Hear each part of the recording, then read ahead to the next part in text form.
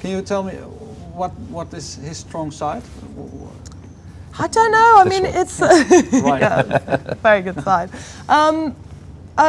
To be honest, it's the fact that every time it completely takes me by surprise. So I kind of think I have an idea what Stephen's going to want to do with this song, and then he comes in and it's completely different. I'm like, oh, okay, that's amazing. And so, you know, I'm always looking to be inspired and to be kind of excited by someone's ideas, and every time I am. There's never a time where I'm like, yeah, I'm always pretty much like, oh, I wish I thought of that. But how are you already playing some new material during the live shows? Or Yeah. is it just like Yeah, we played Yeah, there's a couple of songs in there. Honey last night and another song called Male Version of Me. Yeah, and Horatio is And a new Horatio, song. yeah, was... So there's 3 of them, yeah. Okay, and is there already something that some moment you expect new material to be released in the near future? It will definitely be, I think it's the end of, there's going to be a single by the end of this year, a new single. So I think the album's going to be the beginning of next. Yeah, maybe we also would like to talk maybe about one song more a bit in depth. I think your most recent video is Ask You a Question, if I'm correct. Yes. So maybe we can use that song as an example and talk a little bit about it, how it came to life.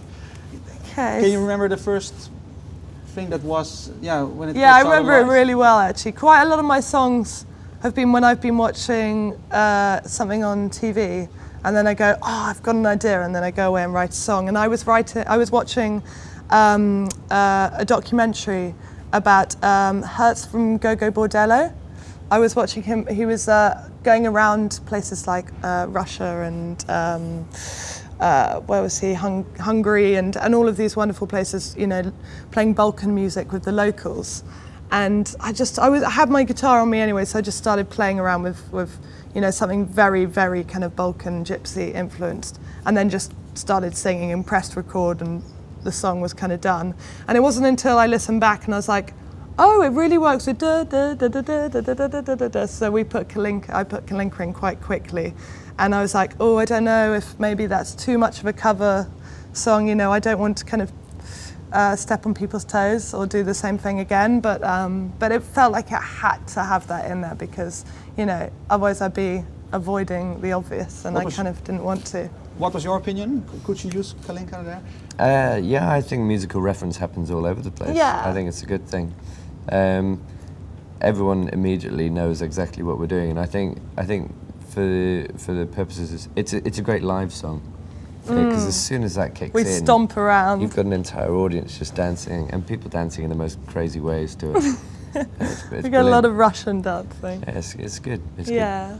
But you with a film music background, did you think this song had something cinematic or something that you thought, well, we should do a video for this one? Well, I don't think it's. It doesn't feel like a cinematic song. It feels like a song that's built out of energy. Mm-hmm. And I think it's, you know, musically it's not.